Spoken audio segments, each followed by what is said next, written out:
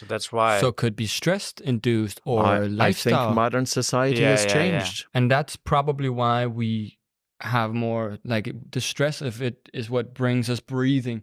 But is it, I mean, how's the cycle with that? Because sometimes, for instance, if I'm in a stressful situation, and I know these things, kind of, not as much as you and you, Mas, but sometimes I feel like it's my heart that starts pumping first, and that will kind of like start a little bit, okay, shit, but then the heart to me is what feels like it start pumping in some situation, and it doesn't really feel like the breathing. But how does it work? Like, It's both. It's both? It's both. So it's a good question. And I don't have the perfect answer. Is it that your heart rate is speeding up, or what's driving your heart rate? Typically, it is your respiration. But the heart, the cardiovascular system and the respiratory system are tightly interconnected. The cardiovascular system does affect your respiration, but the respiration has an even bigger influence on your cardiovascular system. But, we could feel stressed, and next thing is our thoughts are agitated. And this is, of course, going to feed the emotions. Hormones, And our breathing is going to speed up a little bit. And it's not that you're having a panic attack. We can trigger a stress response just by slightly faster and harder breathing. It's so subtle. It goes both ways in terms of what comes first, I guess. The thoughts, the heart rate, the respiration rate, it kind of changes depending on the situation. It is. And the interesting thing about your heart rate is it is a good indicator of when we feel stressed. Whether in sports, going in to do a presentation, anything that we are doing, if we have an elevated heart rate. Now, the thing about an elevated heart rate and elevated breathing is that the brain then is interpreting that there is a threat. And of course, the brain wants to protect you. And the brain wants you to get away from the situation. So it's not a time to plan and to make decisions and to give your presentation. Because even though you're walking into the room with your physical body, your brain is saying, get the hell out of here, because it's about survival. However, we can use this to our advantage. And this is a trait that should be taught to all kids and all teenagers and all adults. Any time that we notice that we are getting stressed and our heart rate is getting elevated, we can simply take a soft breath in through the nose and a slow, relaxed and gentle breath out. And even by doing that for 30 seconds, and you could even do it now, you're just taking a soft breath in. You don't even hear it. So it's the silent of a breath. And you can bring down your heart rate and also put the critical mind aside, that you're going into that situation and you're going into that situation in a state of no mind, but a state that you are going to give and to deliver, whether it is a sporting event or a presentation, with your ultimate quality of performance. Your physiology is in perfect balance and your mind is in perfect balance. And we can learn that. And that would be in flow, and I would have to ask, why is it that people talk about in flow, but how many people can reproduce it? At the flick of a switch, I can reproduce it. And I'm not any abnormal, I'm just a normal individual. All I did was learn breathing techniques. I have a talk tomorrow, 400 people. I talk for 6-7 hours without slides. So I will talk freestyle for 7. I don't like PowerPoint presentations. I want to connect with the audience in the absence of this big screen. I want to connect eye to eye, and I will make sure that I am prepared, and I will have my routine. I will give my routine to everybody tomorrow, because this can really get us out of trouble. The routine that I always have is, number one, is energy levels is very, very important. Okay. So say, for example, if I'm flying, which can be a little bit tiring in the traveling and everything else, I always want to make sure that whenever I get up in the morning, I am conserving all of my energy for an event. I don't want to waste energy unnecessarily. We have to realize we only have so much energy, and we can have decision fatigue very, very easy. I will keep everything very simple. And a lot of the time, it could be for a half an hour or 1 hour. I would simply sit down. I would close my eyes. I will bring my attention from the front part of the head towards the back of the head. And I've been doing this for years and I didn't even know what it was about. But the primitive part of the mind, the primitive part of the brain, the reptilian brain, is the brainstem. So this is a chalk-like structure, chalk-shaped structure that connects the brain to the spinal cord. This is not the thinking mind. The thinking mind is the front. I want to get out of this. And I also find that by bringing my attention towards the back of the head, that if I do light and slow breathing and really slow down my breathing to the point that I have a subtle air hunger, I find it's almost like a mini nap. Because when people talk about getting up in the morning and the first thing you have to do is upregulate, no, forget about upregulation. The first thing you have to do when you get up is to make sure that you have the energy levels. And what I mean by that is, if you were waking up and you're just feeling, yes, you were flying or you were doing this and you didn't have quite a good night's sleep, you're in a hotel, there's doors banging during the night, it's not about upregulating then. It's about conserving energy. It's almost about catching or extending your sleep time, but I don't extend my sleep time by sleeping. I extend my sleep time by conserving energy. And I do that for about 40 minutes to 60 minutes, whatever is necessary. Now, if I'm too downregulated, what I do is I will do some breath holds or I do physical movement, and I do breath holds and physical movement with the mouth closed to upregulate. So, but I think the mistake that people make is they often say, well, do a hyperventilation breathing exercise in the morning. That will upregulate you. No, not if you're after having a crap night's sleep. If you've had a crap night's sleep, you need to sort out your sleep. And also, if you do feel lousy when you wake up in the morning, don't start hyperventilating. Start downregulating. Does that mean meditation? I mean, what you're talking about, is that what other people would be like, okay, meditate when you wake up? It is and it isn't. Of course, meditation is my interpretation of meditation because I'm not formally trained in mindfulness. My interpretation of anapanasati or just meditation would be bringing my attention out of my mind and onto my breathing. But very often the rules, I've done some Vipassana courses, the 10 days of noble silence.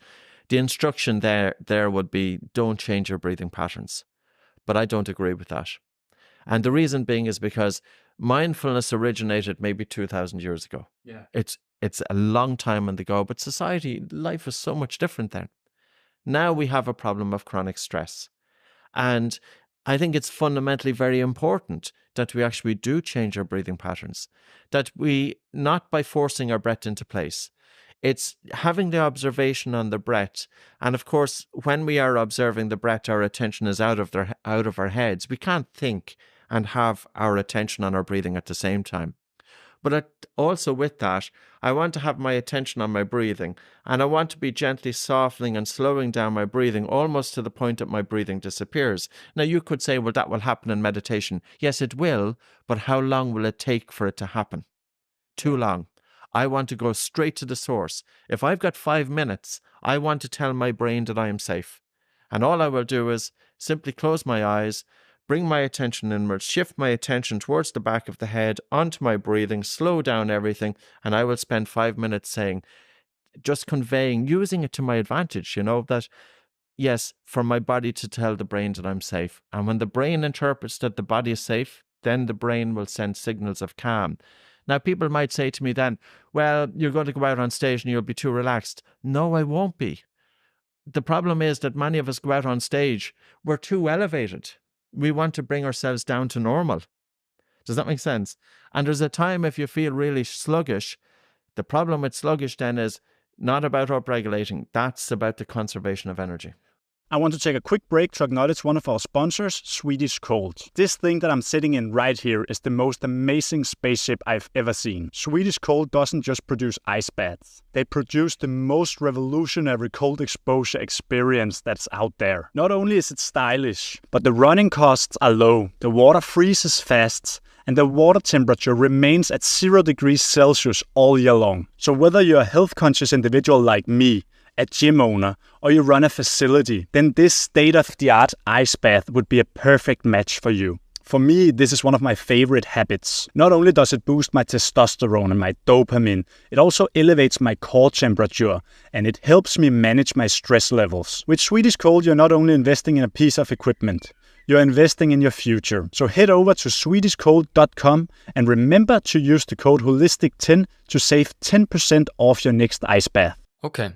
And when you do these exercises, Two things. Will you breathe all the way down to your lower part of your stomach, or will you still stay up here, only chest? And will you be sitting up with like normal meditation with your spine upright, or can you be lying down and? You can do it in any position as possible. For me, I often feel that when we think about meditation and mindfulness and breathing exercise, that it comes with so much baggage and so much nonsense. It comes with particular clothing that people are wearing, particular style, particular hair. Men are wearing long hair and there's beads hanging out of them and all of that, chanting and all of that. Forget about all that stuff. That's not making it accessible to anybody. I just sit down, I lie down, or I can just simply sit there and have my eyes open. So, for example, if I'm at a conference and there's a speaker in front of me and I'm next, I will actually use my time to self-regulate before I go out on stage. Now, the key about this is that nobody sees anything, and that's the beauty about it. I don't want to show the spectacle. I want to be able to self-regulate without anybody knowing. Sometimes with breathing, we think it's all about the spectacle because it's good for social media. Or, people who are in meditation, they're in this absolute perfect lotus position and there's this and that and the other. Forget about all that. That's, for me, I was going to say it's crap, but I don't want to alienate people who are into it. Let them, whatever people are into, they are into. But we have to think about the normal individual. How do we make breathing accessible to them? Because breathing, it's so powerful. It's been in Europe for 50 years plus. But why only about 3 or 4% of the population know about it? Because it hasn't been put out there in a way and a manner that's accessible to people. Like states of mind. Coming back to meditation, I've seen people having perfect formal posture. They look serene. And yet when they come out of their meditation and they go into their everyday life, they're nut jobs. They're all over the place. Now, it's not about the image. Forget about that. How do you conduct yourself in your normal day-to-day activities? We have a choice as human beings. We are either stuck in our head or we are not. And I'm not talking about being in our mind and thinking about practical purposes. There is a time to think, to make decisions, to plan, to question. There's a time to think, and that's very practical, and that's very important for human beings because we do have to think things through. But there's a time to stop thinking. The problem is that we have developed the thinking mind into such an instrument involved with thinking, we just cannot stop thinking. Our education system has trained us how to think for 12 or 14 years. It has trained us how to think, but it hasn't given us the tools to be able to bring a quietness and a stillness to the mind, because if we are living our life stuck in our head, it's not a nice place to be. The human mind is not a nice place to be. It's I mean, it can be unless, but you also got to be able to get out of it. Like you say, I mean, you have to be able to think, but if you're not in balance, you can start overthinking, and that little voice in your head is not nice, Well, it's like how many we all have a tendency to overthink. Yeah. It's almost that and there's nothing new about this. But the society is not supporting that trend, with increasing distractions and social media and all kind of bullshit. But Mads, this has been around for thousands of years. If you think of Buddhism, in my opinion, originated in a quest to help to bring a stillness to the mind and to quieten the thinking mind. But so did Christianity. If we think of the origins, at the core of all of the major religions. But if you were to break it down, it's actually so simple. Stop thinking. Yeah. So stop thinking. Okay. And you say, well, that's not so simple. Well, but actual fact, it's not that hard. If you compare the alternative, what's the alternative? Living stuck in your head, totally isolated from life. You can't live life. Like I was that individual. And this comes back to the first question. The maths teacher or the person who talks about the simplicity. I did have a racing mind. It's so common.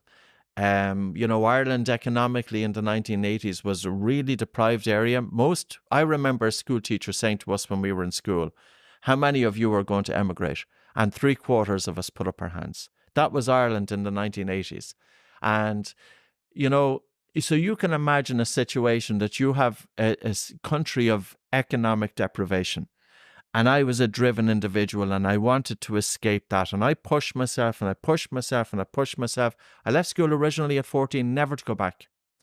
And the reason being was because I wanted to open my own supermarket. So that's why I left. I was working in a supermarket. The shop was sold. I had to go back to school. And then I put myself to get into one of the best universities in Ireland. And I got that.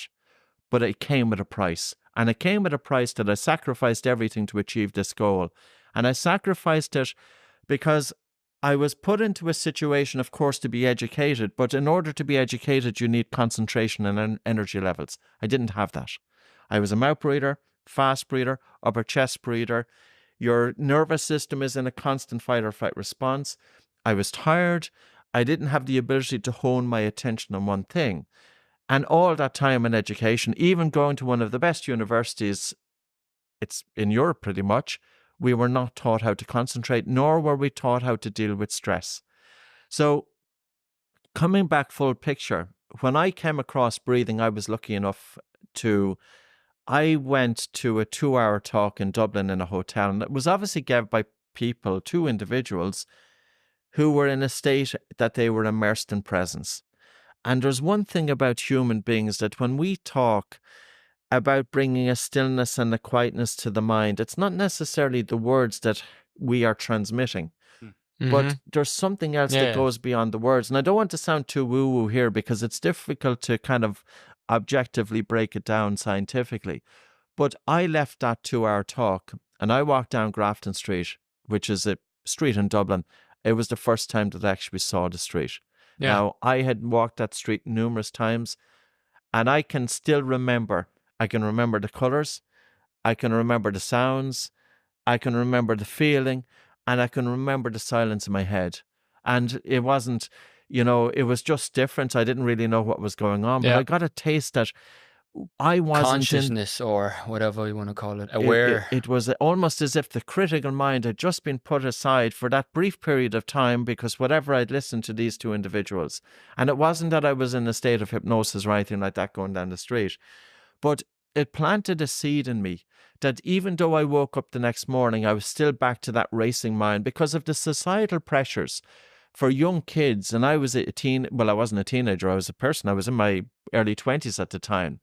That drive to succeed and the pressures that we put upon ourselves. And of course, the brain doesn't know the difference between a real event and an imagined event. And when we drive ourselves into that state of go, go, go, go, go, go, and like Denmark, I think, is different because I do think you have a much better work-life balance than we have in Ireland. I think so too. But I think so. But I mean, even here, it's the same. I mean, once you get into it, because I also moved back a year ago, you can get into it here too. And people are into that same mindset here as well because, I mean, you have the things that you feel are important to you and everything, and you stress about them. And I don't know, but is it also because the stress that we used to have, that our brains are made to, our reptilian brains and everything, is physical? I mean, run, jump into a tree and swim for your life, something like that. But what we are stressing about is, oh, did I send the fucking email? That's what we are stressing about is just nonsense, basically. Or it's something that our brain cannot, it's not. If you get that stress and you kind of get the energy out by some physical thing or you escape a lion, then the stress is gone in a way. Does it have something to do with that whole thing? Yeah, like the human life has moved at too fast a pace that the human body is not able to keep up with it. We haven't evolved at the same rate of societal, if we call it, progress. And I do agree with you. The whole advent of emails and internet and everything like that, the idea behind that would have been to give us more leisure time. But now, of course, our inbox is flooded. And, people are on constant on and social media and everything is wanting your attention. And of course, then you have big platforms and big tech giants that know human behavior inside out, back to front. And those individuals and those companies, of course, the purpose is to hold your attention. Now, what's the alternative? This is where there is a role for breathing. And this is where it is so vitally important for people to be given the tools to be able to bring a quietness to the mind, and also realize that, yes, society is having this impact on us. And this was the conversation that we had. Like, my workload is extreme, and I am in this space of quietness of the mind. And like, I was only thinking about it. It's extreme in one point, which is good, because now breathing is getting hot, or breathing is hot. And it wasn't that way. When I started off 22 years ago teaching breathing exercises, nobody really wanted to know about breathing, especially in the style that I was doing it. You know, okay, yoga breathing was out there, but I don't teach yoga breathing. I'm teaching very specific breathing exercises based on the functionality and the scientific aspect of breathing. But if I didn't have breathing exercise, and if I didn't have a state or an ability to be able to bring a quietness to the mind, I would have been in a severe state of anxiety. I don't think I would have coped with the pressures that is put upon me. So there are always pressures put upon us. Now, we do have some choice over that, and I think at some point you have to feel, I'm just tired of it, and I just want to make a break. And as you said, you have to learn how to say no. That's not always easy. I think it's very, very important. If you keep on saying yes to everybody else, you're saying no to yourself. And I am getting better at that, but none of this is easy. But then again, we have to weigh up what's the alternative. Like, I do want to make sure that if I go for a walk in nature, or if I go for a drive, or if I'm just sitting in my house, I don't want to be flooded with thinking, because we already have enough pressures anyway upon us, and I don't want to be putting more pressures on myself. So it's very important to be able to have those tools, those skill sets, to be able to get out of your head, bring your attention onto your breath, or into the body, or into present moment awareness, and get out of the thinking mind. Okay.